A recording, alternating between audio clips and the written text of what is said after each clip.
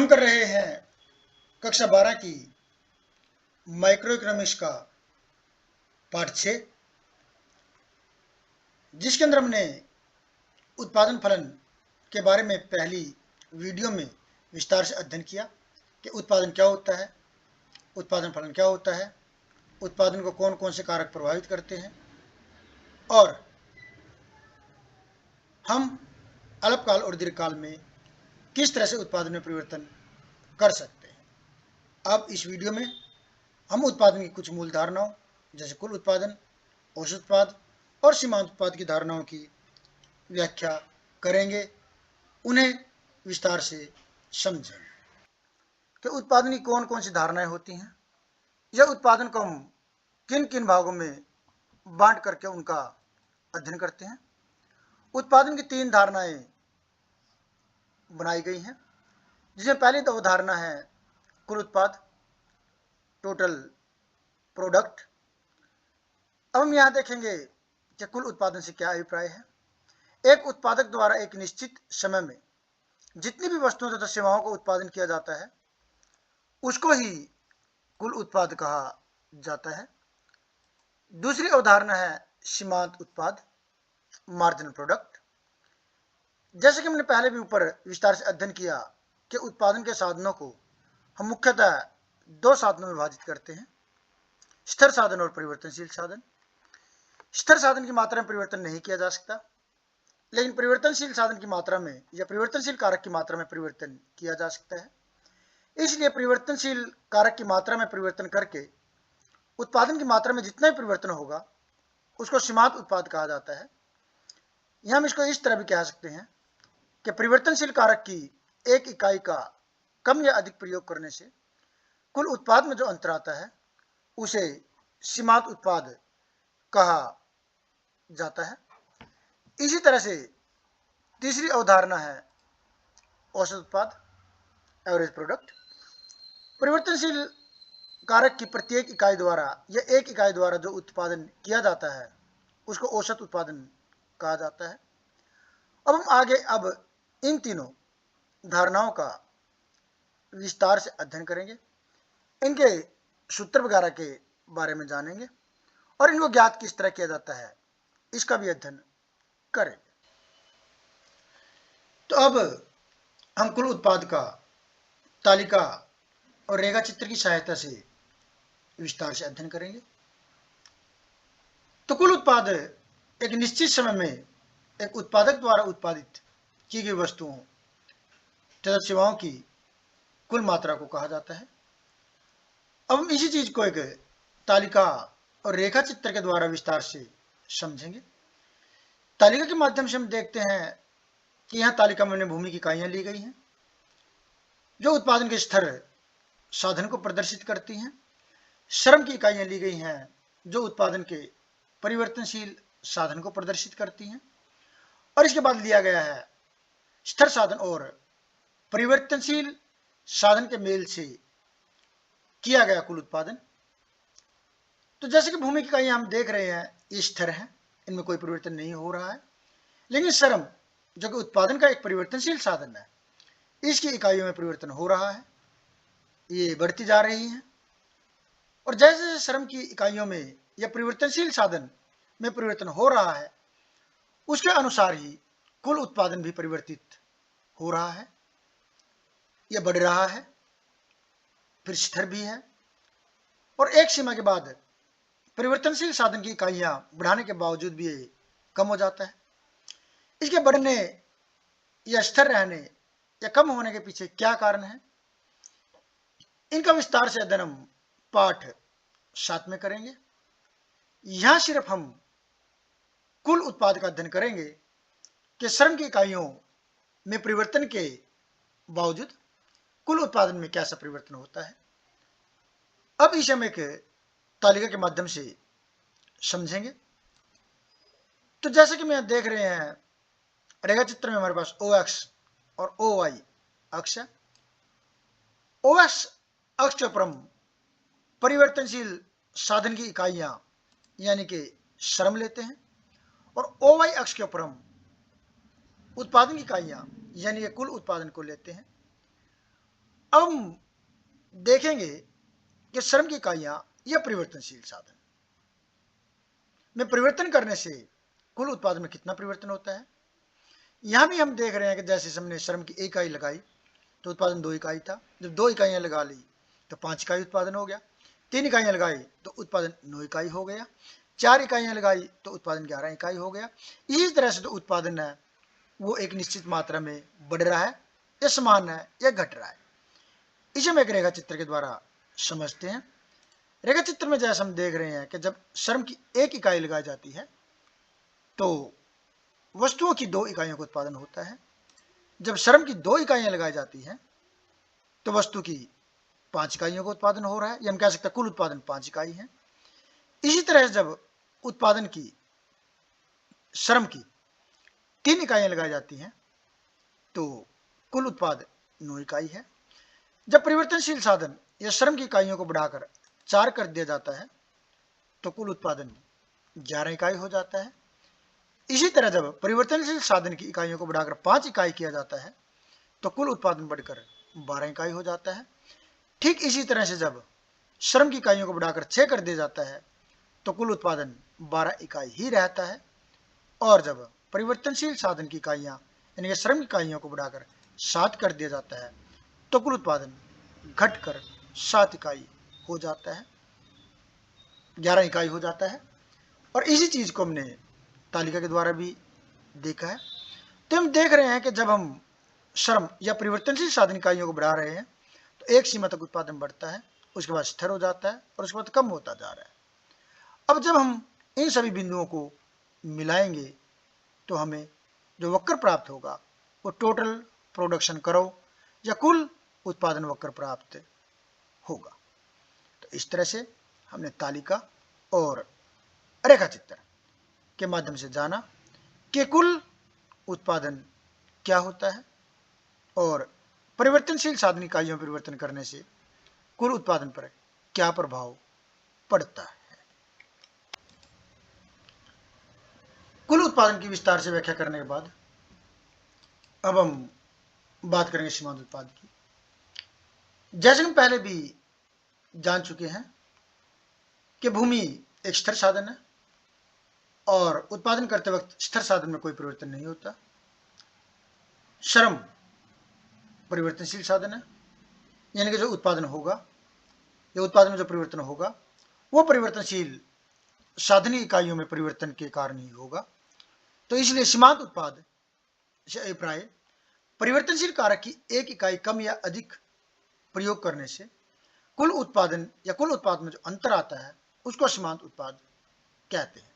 यानी कि सीमांत उत्पाद परिवर्तनशील कारक की इकाई का प्रतिफल है, उसके द्वारा किए गए उत्पादन को ही सीमांत उत्पाद कहा जाता है।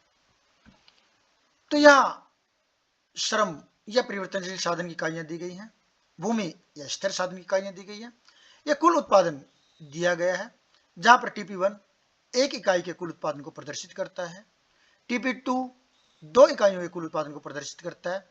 इसी तरह से यह 3 इकाइयों के कुल उत्पादन या टोटल प्रोडक्शन को प्रदर्शित करता है। यहाँ 4 इकाइयों के कुल उत्पादन को प्रदर्शित किया गया है, यहाँ 5 इकाइयों के कुल उत्पादन को प्रदर्शित किया गया है, यहाँ 6 इकाइयों के और यहाँ पर 7 इकाइयों के कुल उत्पादन को या टोटल प्रोडक्शन को प्रदर्शित किया गया है। अब बात आती है सीमांत उत्पादन की, यानी कि परिवर्तनशील कारक की 1 इकाई अतिरिक्त लगाने से उत्पादन में जो परिवर्तन आता है।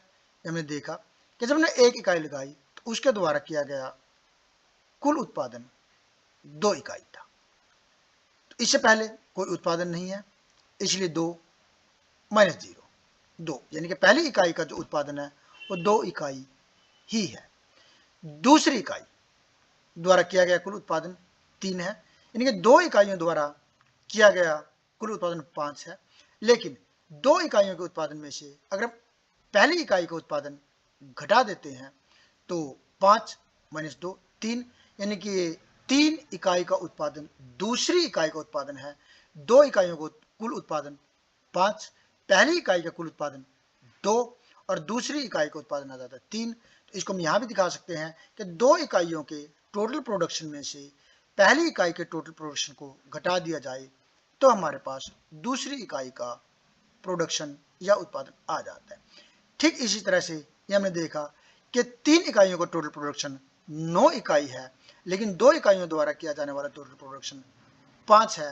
यानी कि 3 इकाइयों के टोटल प्रोडक्शन में से अगर 2 इकाइयों का टोटल प्रोडक्शन घटा दिया जाए तो तीसरी अकेली इकाई का उत्पादन 4 आ जाता है, जिसे सीमांत उत्पादन कहा जाता है।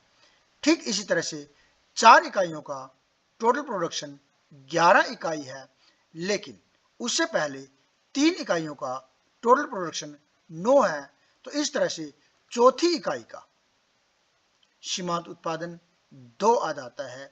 इसी तरह से हम अगली इकाइयों का भी निकाल सकते हैं कि 5 इकाइयों के उत्पादन में से 4 इकाइयों का उत्पादन घटा दिया जाए तो 5वीं इकाई का उत्पादन आएगा।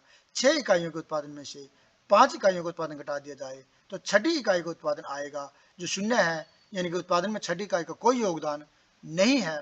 ठीक इसी तरह से अगर 7 इकाइयों के उत्पादन में से 6 इकाइयों का उत्पादन घटा दिया जाए तो 7वीं इकाई का उत्पादन आएगा, जिसके आने से उत्पादन में वृद्धि ना होकर के बल्कि कमी ही हुई है।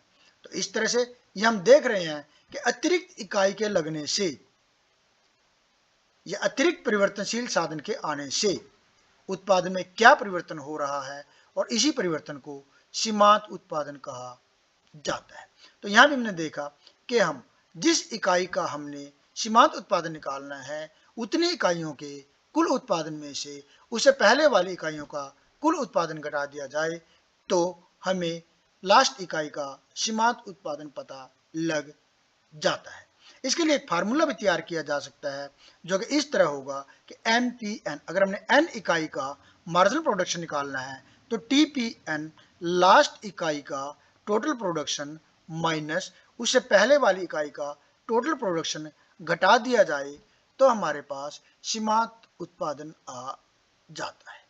दूसरा फार्मूला एक और बन जाता है, जैसे हमने कहा कि 7 इकाइयों का टोटल प्रोडक्शन माइनस 6 इकाइयों का टोटल प्रोडक्शन, ये हो जाता है टोटल प्रोडक्शन में अंतर, डेल्टा TP, यानी कि कुल उत्पादन में कितना अंतर आया। और ये अंतर किसके कारण आया? ये अंतर उत्पादन के परिवर्तनशील साधनों में परिवर्तन के कारण आया, जिसे हम L कहते हैं। तो उत्पादन के परिवर्तनशील साधनों में परिवर्तन को डेल्टा L से प्रदर्शित करेंगे और उत्पादन में परिवर्तन को डेल्टा P से प्रदर्शित करेंगे, डेल्टा TP से प्रदर्शित करेंगे। इस तरह डेल्टा TP और परिवर्तनशील साधन की इकाइयों में परिवर्तन का अनुपात मार्जिनल प्रोडक्शन कहलाता है। तो इस तरह से हमारे पास मार्जिनल प्रोडक्शन के 2 फार्मूले बन जाते हैं, जिसका हमने बहुत ही विस्तार से अध्ययन किया। अब हम इसी चीज को एक तालिका के माध्यम से भी समझेंगे। जैसे कि हमने पिछली तालिका में सीमांत उत्पाद के बारे में काफी विस्तार से अध्ययन किया, अब इसी चीज को हम एक डायग्राम के माध्यम से समझने का प्रयास करेंगे। जैसे कि यहाँ OX और OY अक्ष हमारे पास है। OX अक्ष पर हम श्रम की इकाइयां या परिवर्तनशील साधन को दिखाते हैं और OY अक्ष पर सीमांत उत्पादन को दिखाया जाएगा। अब हम वक्र के माध्यम से जो तालिका में दिखाया गया है सीमांत उत्पाद और श्रम की इकाइयों के बीच में संबंध उसको दर्शाएंगे। तो जैसे कि यहां हम देख रहे हैं कि जब श्रम की 1 इकाई लगाई जाती है तो सीमांत उत्पाद 2 इकाई है। ठीक इसी तरह जब श्रम की 2 इकाइयां लगाई जाती है तो सीमांत उत्पाद बढ़कर के 3 इकाई हो जाता है। जब श्रम की 3 इकाइयां लगाई जाती है तो सीमांत उत्पाद बढ़कर के 4 इकाई हो जाता है। जब श्रम की या परिवर्तनशील साधन की 4 इकाइयां लगाई जाती है तो सीमांत उत्पाद घटकर 2 इकाई हो जाता है। इसी तरह जब श्रम की इकाइयां और बढ़ाई जाती है तो सीमांत उत्पाद और कम हो जाता है। छठी इकाई पर सीमांत उत्पाद 0 रह जाता है, यानी छठी इकाई द्वारा उत्पादन में कोई योगदान नहीं दिया गया। और 7वीं इकाई लगाने पर सीमांत उत्पाद घट करके माइनस में चला जाता है। इस तरह से हमने देखा कि श्रम की इकाइयों में परिवर्तन करने से सीमांत उत्पादन में भी परिवर्तन होता है। और जब हम इन्हीं सभी बिंदुओं को मिलाते हैं तो इससे हमें जो वक्र प्राप्त होगा वो सीमांत उत्पादन वक्र प्राप्त होगा। तो यहाँ से जब इसको मिलाते हैं तो सारे बिंदुओं को मिलाने के बाद हमारे पास जो वक्र आता है वो आता है सीमांत उत्पाद वक्र।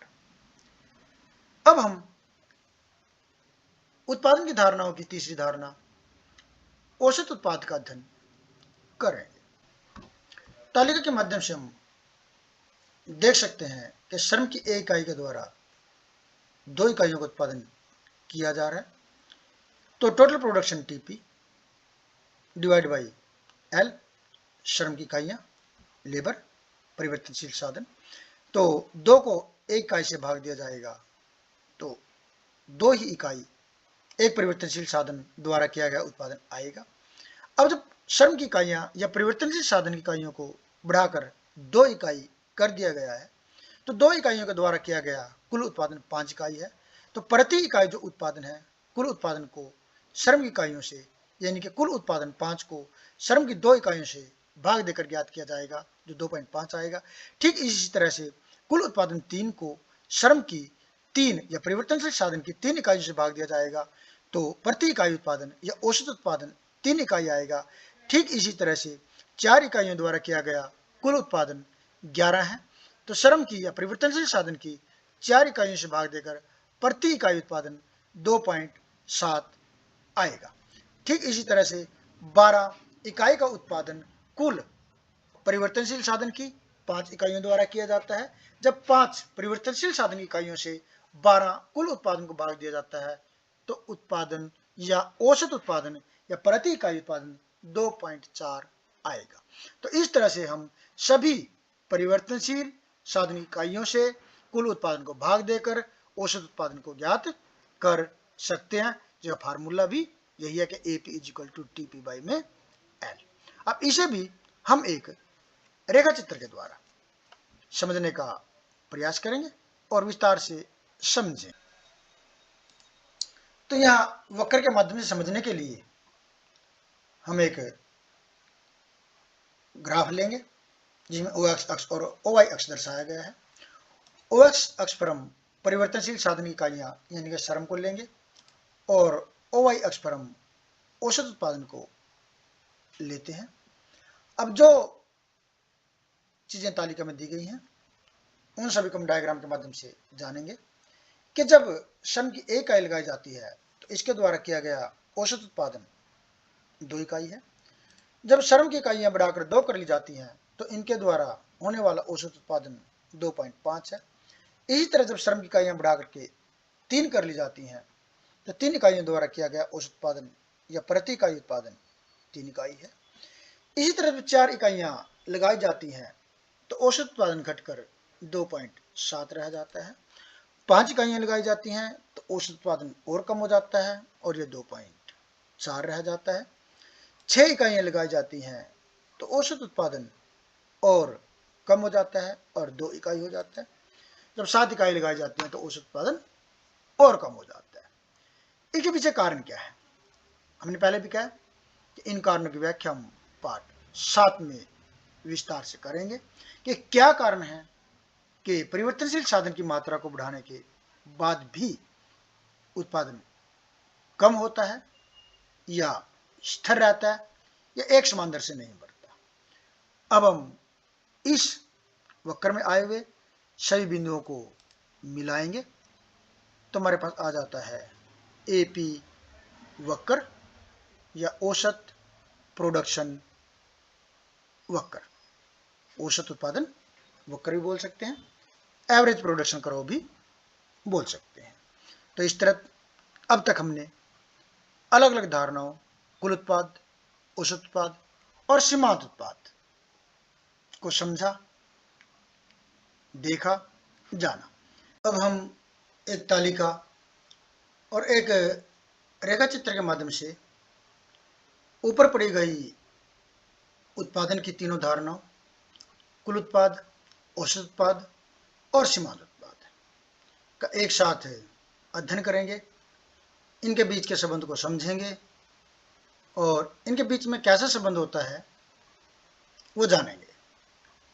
जैसे कि तालिका के माध्यम से हमें दिखाई दे रहा है कि शुरू में हमने भूमि की इकाइयां ली गई है जो कि उत्पादन का एक स्थिर साधन है। उसके बाद हमने श्रम की इकाइयां ली हैं जो उत्पादन का एक परिवर्तनशील साधन है। उसके बाद कुल उत्पाद, टोटल प्रोडक्शन को दिखाया गया है, औसत उत्पाद और सीमांत उत्पाद को दर्शाया गया है। लास्ट के कॉलम में हमने इन सब के बीच के संबंध को दिखाने का प्रयास किया है कि इनके बीच में कैसा संबंध पाया जाता है। तो यहाँ हम कुछ स्टेजेस देख रहे हैं। जैसे एक स्टेज हमने इसको माना, एक स्टेज इसको माना, एक स्टेज इसको माना और एक स्टेज इसको माना, यानी कि इन सभी में 4 प्रकार का संबंध या परिवर्तन हम कह सकते हैं होता है कुल उत्पाद, औसत उत्पाद और सीमांत उत्पाद में। जैसे कि यहाँ हम देख रहे हैं कि कुल उत्पाद बढ़ रहा है और सीमांत उत्पाद भी बढ़ रहा है, औसत उत्पाद भी बढ़ रहा है। लेकिन अगर हम डायग्राम के अनुसार इसको देखें तो कुल उत्पाद सबसे ज़्यादा है, सबसे ऊपर है, उससे नीचे वक्र बनता है सीमांत उत्पादन का और सबसे नीचे वक्र बनता है औसत उत्पादन का। तो एक पहली स्टेज है जिसमें टीपी सबसे ऊपर है, एमपी टीपी से नीचे है और एपी एमपी से नीचे है। मतलब सबसे ऊपर टीपी, एमपी और फिर एपी। तो ये एक पहली अवस्था है, पहली स्टेज है। अगर हम अगली स्टेज में देखें तो कुल उत्पादन यहाँ भी बढ़ रहा है, लेकिन अगर यहाँ हम देखें तो औसत उत्पाद वक्र सीमांत उत्पाद वक्र से ऊपर चला जाता है। जबकि पहली अवस्था में सीमांत उत्पाद वक्र ऊपर है, दूसरी अवस्था में औसत उत्पाद वक्र ऊपर है। तीसरी स्टेज अगर हम देखें जहाँ कुल उत्पादन 12 है, अधिकतम है, उसके बाद कुल उत्पादन घटना शुरू हो जाता है। तो जहाँ कुल उत्पादन अधिकतम है वहाँ औसत उत्पादन तो धनात्मक है, लेकिन सीमांत उत्पादन 0 है। यानी कि यहाँ पर परिवर्तनशील साधन की अतिरिक्त इकाई का उत्पादन में कोई योगदान नहीं है। और जहाँ उत्पादन अधिकतम है उसके बाद जब कुल उत्पादन घटना शुरू होता है तब भी औसत उत्पादन तो धनात्मक है, लेकिन सीमांत उत्पादन ऋणात्मक हो जाता है। यानी कि अगर हम 7वीं इकाई लगाते हैं तो उसके लगाने से कुल उत्पादन घट जाता है। तो यहाँ अगर हम देखें कि पहले स्टेज में सीमांत उत्पादन बढ़ रहा है, दूसरी स्टेज में सीमांत उत्पादन कम हो रहा है, तीसरी स्टेज में सीमांत उत्पादन 0 है और चौथी अवस्था में सीमांत उत्पादन ऋणात्मक है। तो इस तरह से यहाँ हम सीमांत उत्पादन की 4 स्टेजेस देखते हैं, जिसके अंदर सीमांत उत्पादन का बढ़ना, घटना, 0 होना और ऋणात्मक होना दिखाई देता है। जबकि कुल उत्पादन या तो बढ़ रहा है या फिर अधिकतम सीमा पर जाकर वो घट रहा है, जबकि औसत उत्पादन पहले बढ़ता है फिर घटना शुरू हो जाता है, लेकिन ये ऋणात्मक या 0 नहीं होता। अब इसी को हम एक डायग्राम के माध्यम से समझने का प्रयास करेंगे। डायग्राम में हमारे पास ओ एक्स और ओ वाई अक्ष है। ओ एक्स अक्ष पर हमने श्रम की इकाइयाँ और ओ वाई अक्ष पर हमने कुल, औसत और सीमांत उत्पादन लिया हुआ है। अब यहाँ जिन डायग्राम की हम पहले अच्छी तरह से तालिका के साथ व्याख्या कर चुके हैं, अब हम बिना तालिका के सिर्फ उनके आकार, प्रकार और संबंध को समझने का प्रयास करेंगे। एक्स अक्ष पर श्रम इकाइयाँ 7 तक ली हुई हैं और वाई अक्ष पर हमने कुल, औसत और सीमांत उत्पादन को दर्शाया है। यहाँ पर हम देखते हैं कि ये हमारे कुल उत्पादन को दर्शाता है, इन्हें कुल उत्पादन ऊपर की ओर बढ़ता जा रहा है। जैसे कि हमने तालिका में देखा कि जब कुल उत्पादन ऊपर की ओर बढ़ रहा है तो उससे नीचे एमपी है और उससे नीचे एपी है। तो इस तरह जब कुल उत्पादन बढ़ता है तो एमपी भी यानी कि सीमांत उत्पादन भी बढ़ता है और औसत उत्पादन भी बढ़ता है, जिसे हम पहली स्टेज कह सकते हैं। उसके बाद दूसरी स्टेज में टीपी तो बढ़ता है, कुल उत्पादन तो बढ़ता है, लेकिन सीमांत उत्पादन घटना शुरू हो जाता है और औसत उत्पादन भी घटना शुरू हो जाता है। इसे हम दूसरी अवस्था के नाम से जान सकते हैं। इसके बाद हमारा जो कुल उत्पादन है वो मैक्सिमम है, अधिकतम है। जहाँ कुल उत्पादन मैक्सिमम है, अधिकतम है, वहाँ पर सीमांत उत्पादन शून्य है। जब कुल उत्पादन अधिकतम होता है तो उसके बाद कुल उत्पादन घटना शुरू कर देता है और सीमांत उत्पादन ऋणात्मक हो जाता है, लेकिन औसत उत्पादन हमेशा धनात्मक ही रहता है। तो इस तरह हम देखते हैं कि जब कुल उत्पादन बढ़ता है तो सीमांत उत्पादन भी बढ़ता है, औसत उत्पादन भी बढ़ता है, लेकिन सीमांत उत्पादन अधिक तेजी से बढ़ता है। फिर उसके बाद जब कुल उत्पादन बढ़ता है तो ये क्यों बढ़ता है, ये क्यों घटता है, इसकी हम पाठ 7 में विस्तार से व्याख्या करेंगे, क्योंकि इसके भी अपने नियम होते हैं और उन नियमों का विस्तार से हम अध्ययन पाठ 7 में करेंगे। लेकिन दूसरी स्टेज में जब उत्पादन बढ़ता है, हम कह सकते कम गति से बढ़ता है, यहाँ ज़्यादा तेजी से बढ़ रहा है, एकदम से बढ़ गया, लेकिन यहाँ धीरे धीरे करके बढ़ रहा है। जब कुल उत्पादन धीरे धीरे करके बढ़ता है, इसे हम घटती दर से बढ़ना भी कह देते हैं, तब सीमांत उत्पादन घट रहा है और औसत उत्पादन भी घट रहा है। जब कुल उत्पादन अधिकतम है तो सीमांत उत्पादन शून्य है, और जब कुल उत्पादन घटना शुरू करता है तो सीमांत उत्पादन ऋणात्मक हो जाता है। तो इस तरह पहली अवस्था, दूसरी अवस्था, और यहाँ पर अधिकतम है, और उसके बाद हम तीसरी अवस्था कह सकते हैं। अगर हम इसको तीसरी माने अधिकतम को, तो इसको स्टेज 4 बोल सकते हैं। तो ये हमारा टीपी वक्र है, जो कि पहले बढ़ती दर से फिर घटती दर से ऊपर की ओर बढ़ता है, जिसे कुल उत्पादन वक्र कहा जाता है। फिर सीमांत उत्पादन जो पहली अवस्था में बढ़ता है, फिर घटता है, फिर कुल उत्पादन के अधिकतम होने पर शून्य हो जाता है और फिर ऋणात्मक होता है। उसके बाद हमारा औसत उत्पादन वक्र आता है, जो पहली अवस्था में ऊपर की ओर बढ़ता है, फिर दूसरी स्टेज में ये घटना शुरू हो जाता है, लेकिन यह या एपी कभी भी ऋणात्मक या शून्य नहीं होता है।